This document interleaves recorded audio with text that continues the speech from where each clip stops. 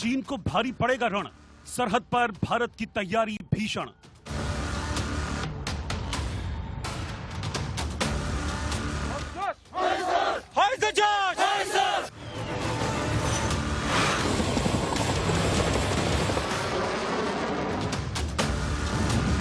LAC पर भारत ने की सेना डबल, बॉर्डर पर मरेगा ड्रैगन।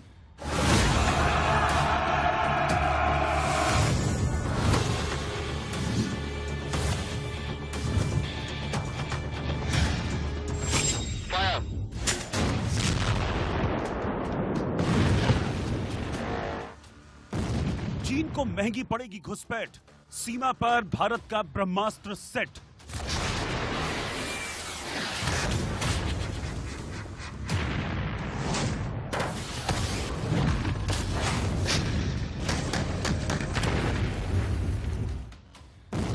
चुन चुन कर मारेगा हिंदुस्तान, सरहद बनेगी चीनी सेना का कब्रिस्तान।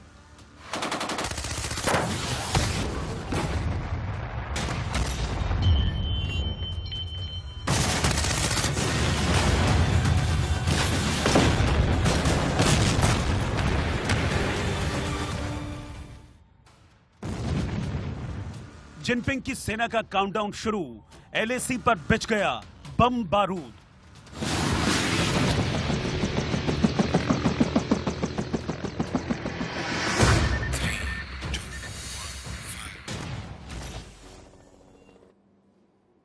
भारत चीन बॉर्डर पर युद्ध की बिसात बिछ गई है। दोनों तरफ की सेनाएं आमने सामने हैं। आज की सबसे बड़ी खबर यह है कि एलएसी पर हिंदुस्तान की फौज की तादाद चीनी फौज से दोगुनी है।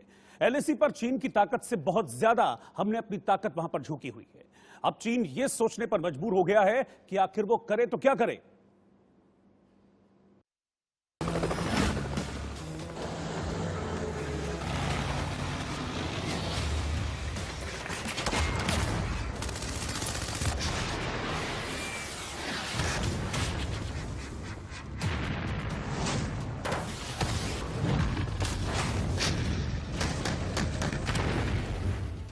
टारगेट सेट है, तैयारी मुकम्मल है, सेना तैयार है, आदेश मिल चुका है और अब ड्रैगन का काउंटडाउन शुरू हो गया है। सरहद पर चीन अगर अपनी नापाक करतूतों को बंद नहीं करता तो उसे बहुत भारी पड़ने वाला है, क्योंकि हिंदुस्तान ने सीमा पर चीन से डबल तैयारी कर ली है। भारत के खतरनाक और घातक हथियारों ने सरहद पर मोर्चा संभाल लिया है। आसमान से लेकर जमीन तक ड्रैगन की हर चाल पर हिंदुस्तान की पैनी नजर है।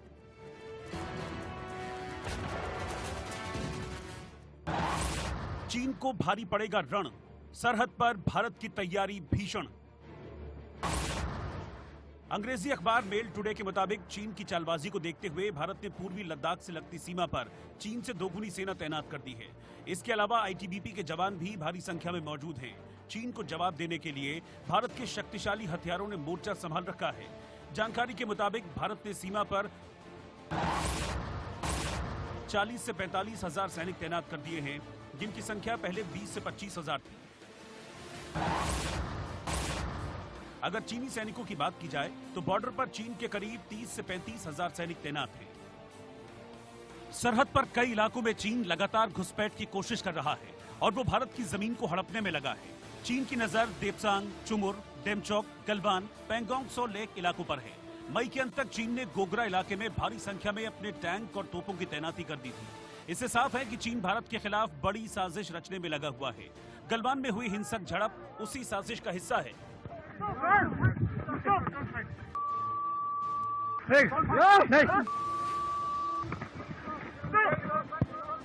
15 तारीख को जब शाम के समय हमारे लोग देखने गए, कमांडिंग ऑफिसर देखने गए, क्योंकि जिम्मेवारी का लाभ उनका था कि चीन के लोग वापस गए कि नहीं, तो उन्होंने देखा कि चीन के पूरे लोग वापस नहीं गए। कहासुनी हुई, तंबू हटाने का हुक्म दिया हमारे कमांडिंग ऑफिसर ने, और जब वो तंबू हटाने लगे चीनी सैनिक, उस तंबू में आग लग गई। उन्होंने क्या रख रखा था किसी को, तो उसके अंदर वहां पर झड़प, और इस झड़प के अंदर हमारे लोग चीनियों के ऊपर हावी हुए। पैंगोंग त्सो लेक इलाके में भी चीन ने भारी संख्या में अपने सैनिकों की तैनाती की हुई है। फिंगर 4 से फिंगर 8 के बीच ही चीन ने करीब 1000 से 1500 सैनिक तैनात किए हुए हैं। इतना ही नहीं, चीन ने इन इलाकों में बंकर भी बना रखे हैं। चीन की यह हरकत भारत चीन के बीच हुए समझौते के बिल्कुल खिलाफ है। एलएसी पर बढ़ती चीन की हरकतों को देखते हुए जरूरी है कि भारत चीन को मुंह तोड़ जवाब दे, क्योंकि जमीन खोर चीन का यही इलाज है। This is Indian territory. You go back. This is Indian territory. You go back. Bureau report. LAC पर सिर्फ टैंक और तोप और हमारे जवान नहीं डटे हैं। भारतीय सेना ने अपना गेम चेंजर बॉर्डर पर तैनात कर दिया है। नाम है आकाश मिसाइल, जो चीन के लिए मौत का दूसरा नाम है।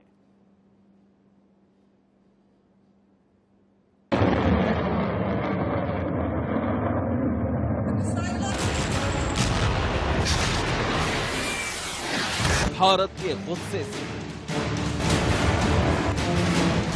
भारत के फैसलों से, भारत के तेवर से, भारत की तैयारियों से,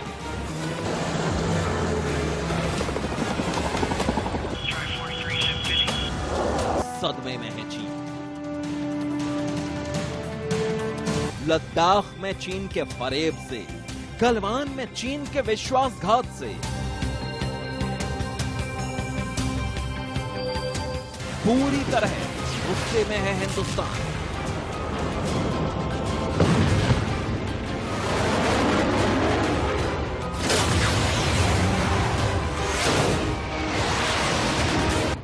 अब भारत के मुक्के के दायरे में चीन की नाक है।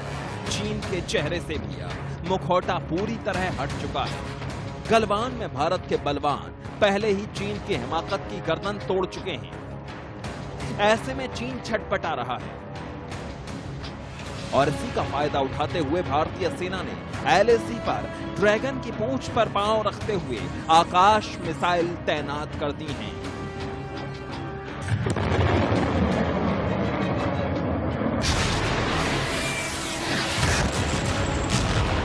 आकाश मिसाइल भारत की एक सरफेस टू एयर में मार करने वाली मीडियम रेंज की मिसाइल है।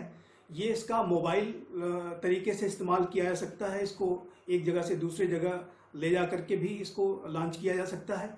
ये जो मिसाइल है ये डीआरडीओ के द्वारा डेवलप की गई है और ये 30 किलोमीटर तक की दूरी तक की मार कर सकती है और 18,000 मीटर की ऊंचाई तक ये जा सकती है।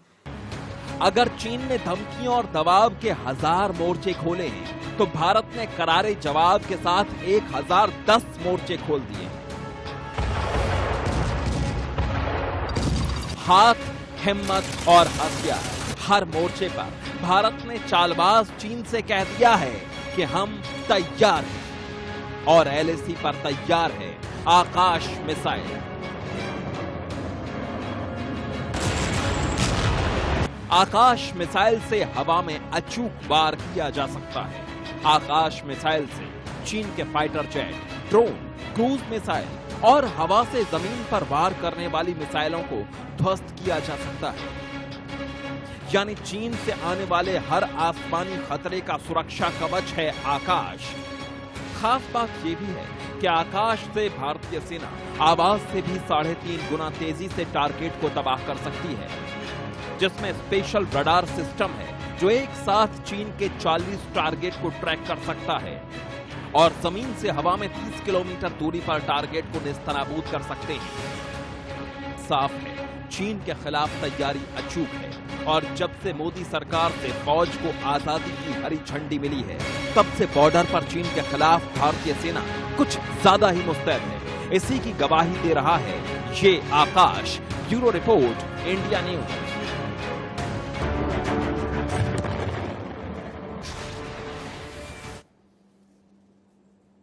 लिस्ट अभी खत्म नहीं हुई है। अभी तो कुछ और ऐसी ताकतें बाकी हैं जो चीन की नाक में दम कर सकती हैं और इन्हीं की वजह से एलएसी पर चीन बैकफुट पर चले जाने को मजबूर हो जाएगा।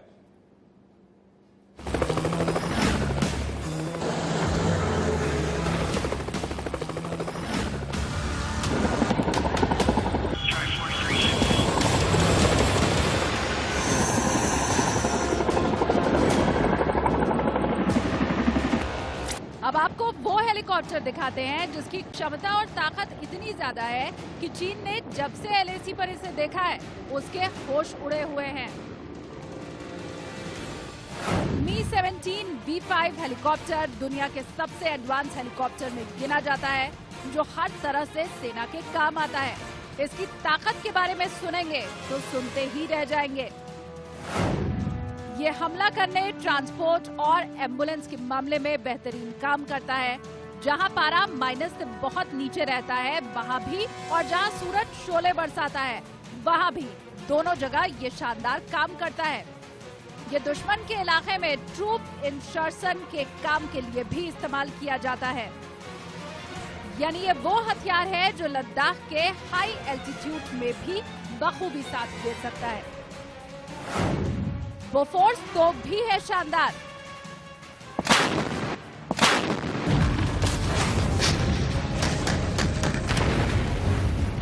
ऊंचे और दुर्गम पहाड़ों की लड़ाई में तोप खाने की सबसे ज्यादा अहमियत होती है, क्योंकि एक पल में युद्ध की दिशा बदल देती है।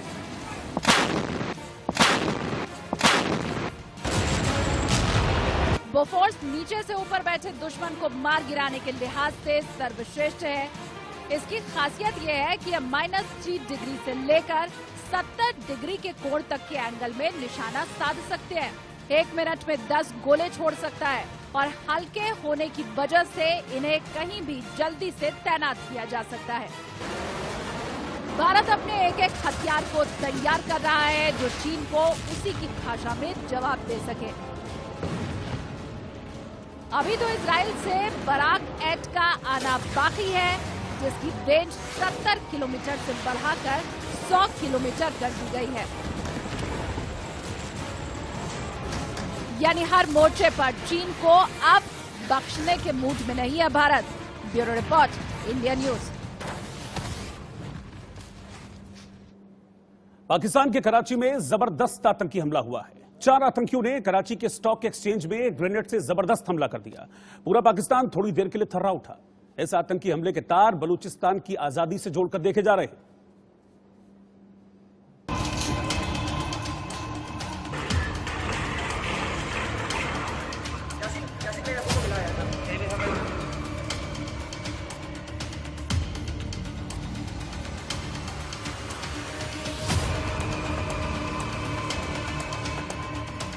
दुनिया भर में आतंक फैलाने वाला पाकिस्तान सोमवार की सुबह आतंकी हमलों से दहल उठा।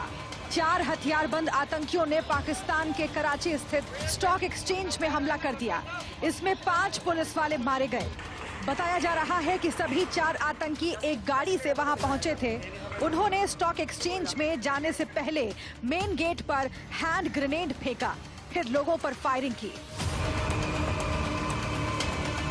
इस वक्त मैं पाकिस्तान स्टॉक एक्सचेंज के बाहर मौजूद हूँ, जहाँ पर ये अब से कुछ देर पहले एक वाकया पेश आया जिसमें 4 दहशतगर्दों ने पाकिस्तान स्टॉक एक्सचेंज पर हमला किया है। दहशतगर्द मुसल्लह थे, इनके हाथों में दस्ती बम थे, जबकि राइफलें हाथों में उठाई हुई थी। बैग्स थे जो असले से भरे हुए थे।